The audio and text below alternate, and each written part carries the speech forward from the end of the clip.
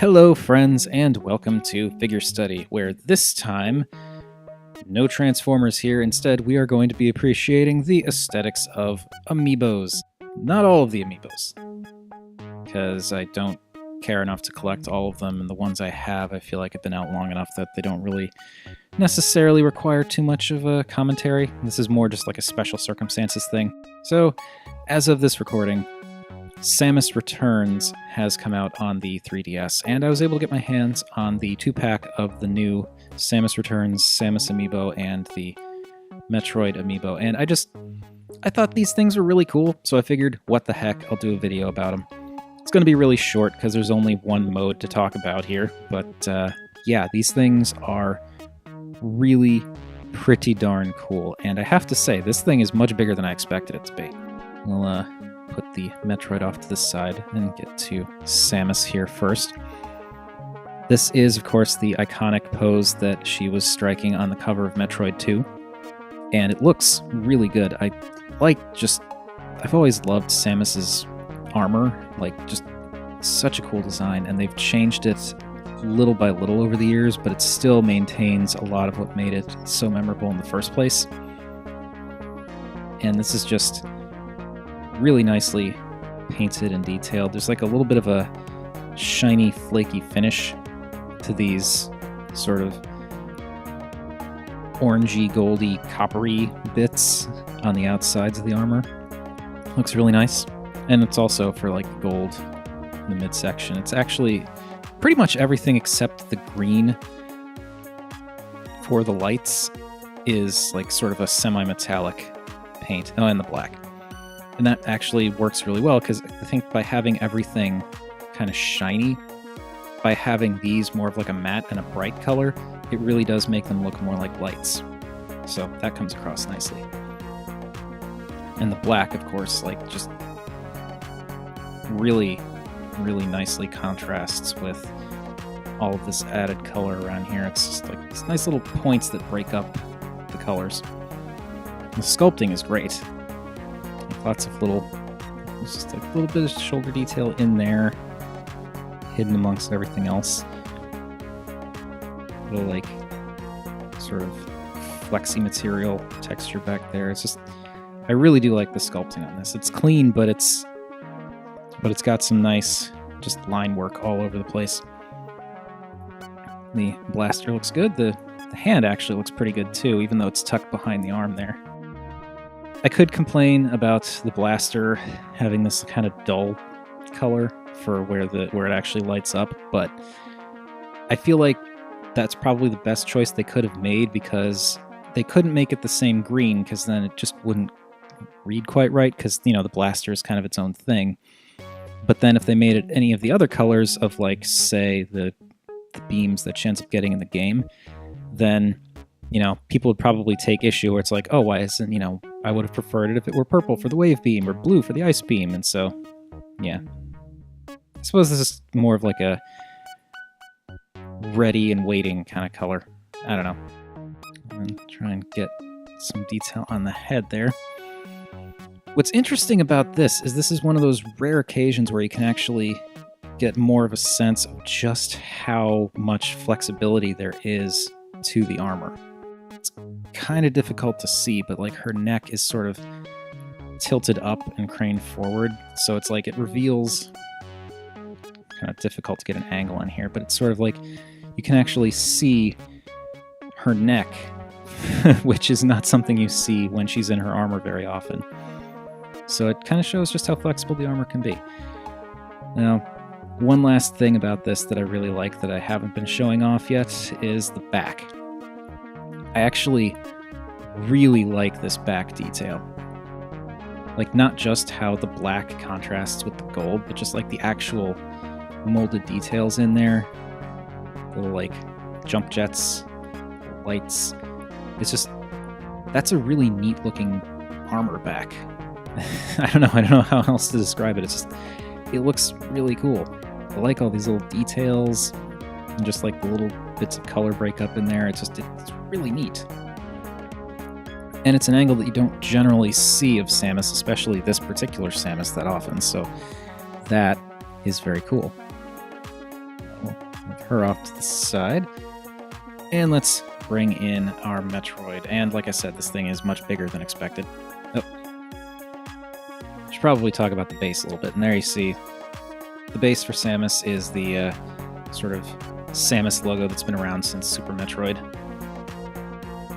It's nice. It's like kind of a dark gunmetal with like silver. On the one hand, it kind of could use some color, but on the other hand, I feel like if this was colored, it would totally take away from the amiibo itself. So I think what they got there works. So yeah, the Metroid. This is, of course, a Metroid breaking out of its containment capsule, and this is a really, really neat amiibo. It's pretty heavy too. Like this is like some thick plastic here, so it's got a little bit of weight to it. I would say it's probably close to, as far as weight goes, it's probably close to the Twilight Princess Wolf Link with Midna amiibo. It's like there's a substantial amount of plastic to this, and you can see the base is designed to look like the ground that the containment canister was sitting on, or maybe not sitting on. It's kind of hard to tell if it was sitting here and these cables are just kind of running through, or if it had been like ripped out from somewhere and tossed onto the ground. It's hard to tell if it's actually anchored to the ground there, but still looks good. And there's this nice kind of gunmetal silvery coloring there. And this plastic for the cracked glass, they just did a really good job with this kind of cracked effect, where like it kind of completely comes through in a couple of places, but then in other places it's more like just spiderweb cracks.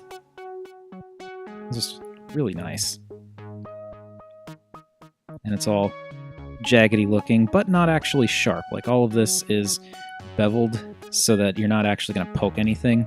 I mean, I suppose if you really went out of your way, you could probably poke someone with this in the eye or something like that, but I don't think it'd do any more damage than, say, jamming the end of Samus's blaster in someone's face. Don't do that. I am not condoning doing that. I'm just saying, like, from a safety standpoint, I think this is fine. Like, it's not sharp at all. And of course, there is the Metroid itself, which has some really nice sculpted details as well. I really like how they managed to sculpt the fangs, or whatever you want to call them, in a manner that does make them look like they're, made up of bone or, nail or claw or whatever material this kind of stuff is. And then this just definitely looks more fleshy. And it got like just a little bit of color fade onto these claws that make it almost seem a little gruesome. That is very neat. Really good use of color and sculpting there. And you've got the inside of the Metroid, where you got the little kind of cellular ball thingies, little neurons, synapses, whatever, which is, typical, but looks good. It's really cool seeing this in 3D form. And you've got the membrane on the outside, which has little, like, wrinkles and stuff molded into it, and it's also squishy. Now, what I wasn't entirely sure of when I saw like pictures and stuff is how they actually did this. So the membrane itself is like a big bubble. So this is sort of like a thick plastic coating going around what's going on in here. So when you push down, you're just pushing down on that plastic coating. And these little barb things in here, those are also a little soft. Like you can see, there's a little give to them. So I don't think you have to worry about them snapping if you mess around with this guy. Yeah, it's just, I love the detail. The squishiness is kind of fun. And this thing is quite big. So let's get them back in here. And just for the heck of it, you can see how they stack up next to the Smash Brothers Samus. And Smash Brothers Samus is technically the tallest of all of them, but honestly, there is more plastic in either of these than this one. Like, there's way more plastic here. Like, Samus here is, like, if she were to stand up, she would easily be, like, this tall. And just the pieces are thicker, the armor is thicker, It's just this is a denser figurine than this one, which, you know, I still really like this one, but there's definitely, she's smaller despite being taller. And this is, of course, just like tons of plastic detail in there too. And what the heck, let's do a little kind of side by side with the two Samuses, and you can see the overall color is very similar. You still have like the yellow on the inside of the thighs and the gold on the outside, but at the same time, this looks sort of like, and I think that's kind of I mean, I'm not too familiar with like the story of Smash Brothers, but this Samus definitely looks to have a sleeker, kind of, I guess you could say, newer armor design than the one here. Like, this Samus looks like she's probably faster, more flexible, just nimbler in general. And this Samus just looks like a freaking brute. Like, this, I mean, I kind of like the slightly more pointy look to this Samus, but I also kind of like the sleek look to this Samus. So it's, you know, could go either way. But yeah, they're two similar aesthetics, but also very different designs, and it shows. Okay, bring Metroid back in here. So in terms of whether or not you should get these amiibo, that really just depends on you. I mean, they don't do anything physically. They just sit there. They don't transform. They don't pose. They don't have any action gimmicks. They look fantastic, though. They just, I mean, Nintendo, like, I haven't been collecting every single amiibo, but it just seems like, you know, as this goes on, their eye for detail and sculpting really has just gotten even better. Because Smash Brothers Samus looked great, but like, just these are like leagues above the amiibo that I've had before. They're just so nicely detailed and put together.